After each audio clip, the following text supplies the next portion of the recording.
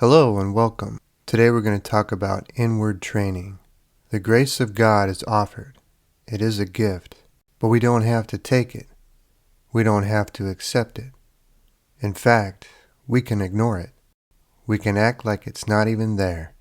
We can affirm there is a gift, vocalize how we are thankful for it, and then behave like it doesn't exist. Then we might even become confused about it. Galatians 2:21. I do not set aside the grace of God. For if righteousness comes through the law, then Christ died in vain. We can set our minds and hearts upon grace and righteousness. We can choose to make this a priority, or even the priority. We can each day adhere more to its teachings. We can practice it. We can be trained by it. We can grow in it. Titus 2:11 and 12. For the grace of God that brings salvation has appeared to all men, teaching us that denying ungodliness and worldly lusts, we should live soberly, righteously, and godly in the present age. Inward training involves denying ungodliness and worldly lusts, living soberly, righteously, and godly in the present age. Every day we pay attention to God's grace, we can become trained with it. God's grace is here to teach us, but we will need to listen. We will need to do what it says. We will need to pay attention and sense God's grace for direction and then walk in it.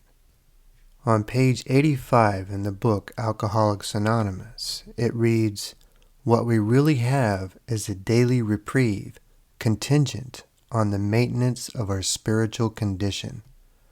Every day is a day when we must carry the vision of God's will into all of our activities.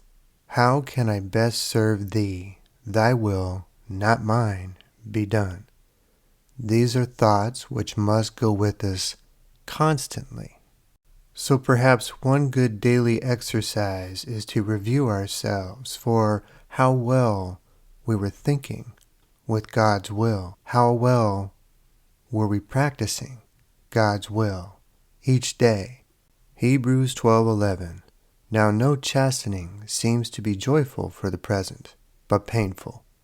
Nevertheless, afterward, it yields the peaceable fruit of righteousness to those who have been trained by it. We are to be trained in righteousness. Matthew 5:20. For I say to you that unless your righteousness exceeds the righteousness of the scribes and Pharisees, you will by no means enter the kingdom of heaven. And how can we be trained? Deuteronomy 6:6-9. And these words which I command you today shall be in your heart. You shall teach them diligently to your children, and shall talk of them when you sit in your house, when you walk by the way, when you lie down, and when you rise up.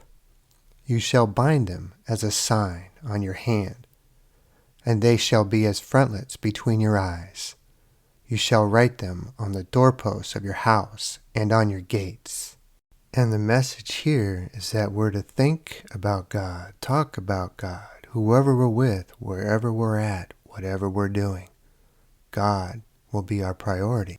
We can grow in our inward connectivity with God's righteousness. We can pray each day for guidance to do God's will. If we worship God, we will seek to do God's will. We can set aside our ungodly training, habits, and interests, even if just a little at a time. We will need a practice of self-examination to honestly see what godly good we are growing. If we find ourselves lacking, we can reset and rededicate ourselves to God's path and walk in it. The gift is here. Let's accept it and use it. If you found this helpful or inspiring, please like and share. Thank you and God bless.